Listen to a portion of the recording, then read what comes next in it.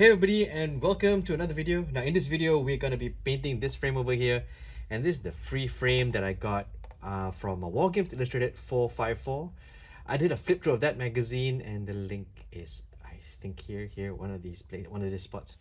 So have a look at that link. It's basically a Konflikt 47 issue. Now if you do not know, this frame is a Konflikt 47 frame, and this is the Stahltruppen.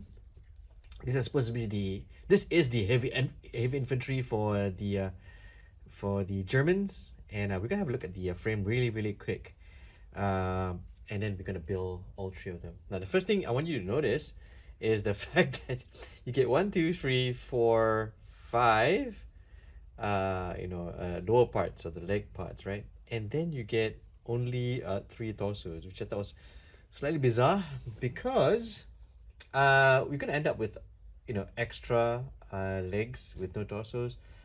I'm sure some genius out there, some designer out there, is gonna come up with all these torsos, that you can 3D build and then print. But I think these extra space for the that was given to the legs could have given to another, more bits perhaps, to make the frame like thick, with pieces and stuff like that. Now but we can only build about 3, so it's really interesting. Give me 5. Very strange. So let's have a look at the frame really quick. Now you got your Panzerfaust over here, and then you got your knives. Since there are 3 and there's 3 of these, they're all gonna go onto the builds. And then we got some heads here. Some heads don't look bad, but they look really good actually. One that looks, the one without the helmet, looks a little bit, very grim, dark E, if I may. And then you got another one over here, which looks a bit more tech, right? It looks, more techy. This one looks like it has a little bit more authority on it, with bionic eye. And then you got great launcher pods, and the great launcher right there. And then your torsos, front and back.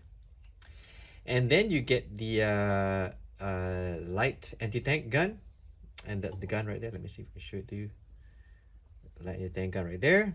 And then you got the ammo, and then the shield. I'll probably build one of these, simply because it looks like a interesting looking model to build. But the other bit of the ammo is, I think, right there, right? And then you have the Panzerfaust. So you got one set of arms, one holding the ammo, and then one of the extra extra ammo right there. And then you have an arm with a knife. I think this one is the corresponding arm for I want to say it's that bit over there. And then you got the Sturmgewehr, or the assault rifle, 442, the advanced version.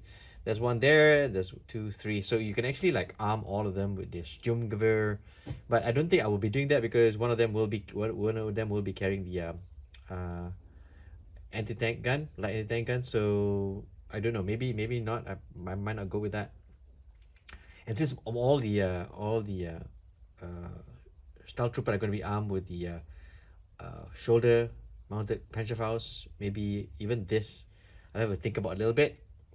And then you got the light LMGs, right? So you got the LMG arms right here, and then you got a chest plate armor right there. Now if I asked a friend of mine, and I'm gonna call him a friend, the Consortium Forge on Instagram, and he recommended to go with a whole lot of long range weapons, because you want to keep your opponents at range. That way you'll be unstoppable. And if you got all these Panzerfaust, the trick is to just knock out all the anti-tank stuff, and your Stahltruppen will win the day. But so I'm gonna go with that. So thanks for that tip, the Consortium Forge. Also, the painting of this, I'm gonna go with something very, very simple, perhaps late war. So it's gonna look is perhaps a bit more simple, perhaps not so clean, perhaps a bit used. Maybe Volks Grenadier follow on towards the end of the war, because Conflict 47 happens after 45, right? So I'm gonna roll with that and see how that looks. So this will probably be more grounded, less fancy looking. Initially I wanted to go for, some Sky Captain and the World of Tomorrow's type type painting with like some really red armor and stuff like that, but no, I decided to go against that and stick with something that's a little bit more grounded. So later, if I was to build this army, I can actually like use the pieces, which is why I asked the Consortium Forge, about the weapon layout and stuff like that. So that's that. Let me build a couple and let me show you what it looks like after it's built. All right, so here are a few things I wanted to share when you're doing the build. Things I thought were interesting and I do want to share. Now, if you notice, when you build the Stahltruppen, all of the lower parts have this little thing here. I don't know if you can see it. It's like a little, like a notch right there, right? A little like little bit. Looks like a little bit of a, like triangle, right? And it's really, really interesting because if you were to assemble the torso, you would see at the bottom of the torso, of course I'm going to clean this later, there's a little like triangle there, which basically means when you put them together, there's a slot to where it's supposed to go, right? So it's good because you pretty much be able to secure the torso to the legs, and while it's not, you can't really move them around. You can if you want to, but it gives you a chance to just set it, right? So that strongly, right? Because the shape is like set in that way, right? So you can see the triangle fits into the triangle bit at the bottom there. Now, the other thing that's also kind of interesting is now the torso has the front shield. If you notice, there's like 2 dots over here, and these 2 dots correspond to these 2 dots over here. Now, for seasoned builders, this is like child's play, but for newbies, this is great because, as you can see, if you slot the knobs into the slots, right? Knobs. It fits perfectly, and you get this part fitting just nice. So very, very good idea to just put this in there, so that you don't have a situation where the front shield armor is like slightly on the side or something like that. And then all of the arms have this little notch over here. I don't know if you notice it. It's this bit over here, and this corresponds to this bit over here, right? So when you put them on, it fits like that. You see, it fits just nice, snugly.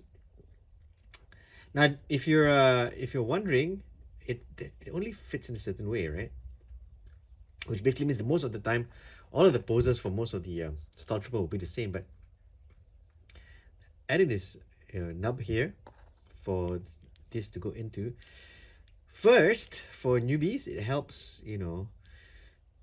make sure that you built the model, the way it's intended to be built, and there's a lot more area for you to put your super glue for it to to attach. So for newbies, it's a great idea. If you're a experienced modeler, I'm sure you can find a way to remodel it, but for a newbie, this is great. So all of the bits that they've added here, like this and and that, is very, very newbie friendly, which I totally appreciate, because a lot of guys who've been asking about Conflict 47 in the store, a whole lot of newbies to the hobby. So this kind of models help ease your way into the hobby. All right, so the first guy we're gonna have a look at is this guy over here. This is, I suppose, the leader of the 3, and he's got this bionic eye thing, which is I think it's kind of cool. It's a bit popular grimdark, if I may, but I like the sculpt. It's very nice. It's very chunky. Actually, if I was going to do this whole thing again, I'd probably have more of the Stahltruppen with the heads exposed. The heads look really, really nice. I like the sculpt. Easy to paint. The detail is very, very good. The shoulder mount Panzerfaust is on all three miniatures, simply because well, I was told that you know they you're going to get one. You're going to have all of them to have the shoulder mounted Panzerfaust. So that's the reasoning behind the shoulder mounted Panzerfaust being, on all three of the miniatures. Yeah, I think it would, for me, this one would have been, I would have definitely been not happy if I didn't put this light anti-tank weapon on this Stahltruppen. Now, if you are curious, I went for the Volksgrenadier vibe with the Stahltruppen. It's towards the end of the war, and trying to rebuild morale, for the army, the German army. So the Stahltruppen have a little bit more, they're not as banged up, but they're defending, Deutschland, and so I went for a slight mix. There's some new parts, clean parts, and some parts which are done up. Yeah, so the idea behind it is to go Volksgrenadier for all three of the Stahltruppen. Alright, so this one I imagine will be the standard, regular Stahltruppen. They'll probably be armed like this. The 442 Sturmgewehr 442. But I want to talk about the basing though. The basecraft on all of the Stahltruppen use a lot of different kinds of earth colors and earth textures, just to show, scorched earth, that, and they are like moving through it. I stopped myself from using any of the green tufts or grass, simply because I felt this was the look I want to go for, and also help me close the palette to something very, very small. There are lots of grays, blue grays and stuff, and a lot of browns, yellow browns, keeping the palette small. So from a distance, there's a sense of cohesion when it comes to this one. Basecraft wise, lots of rubble. I didn't want to go for like bricks and stuff for that, but I wanted to go for open land or open ground that's been like blown up, and these guys are walking through it. I'm quite happy with the basecraft on this one. I'm quite happy with the choice of color. So there.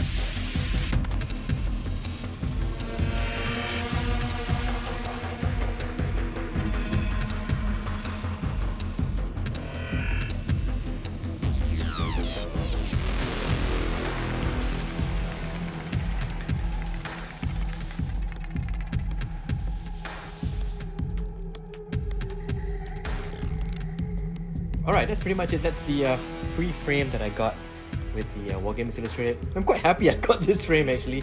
The figures look really, really good in my hands.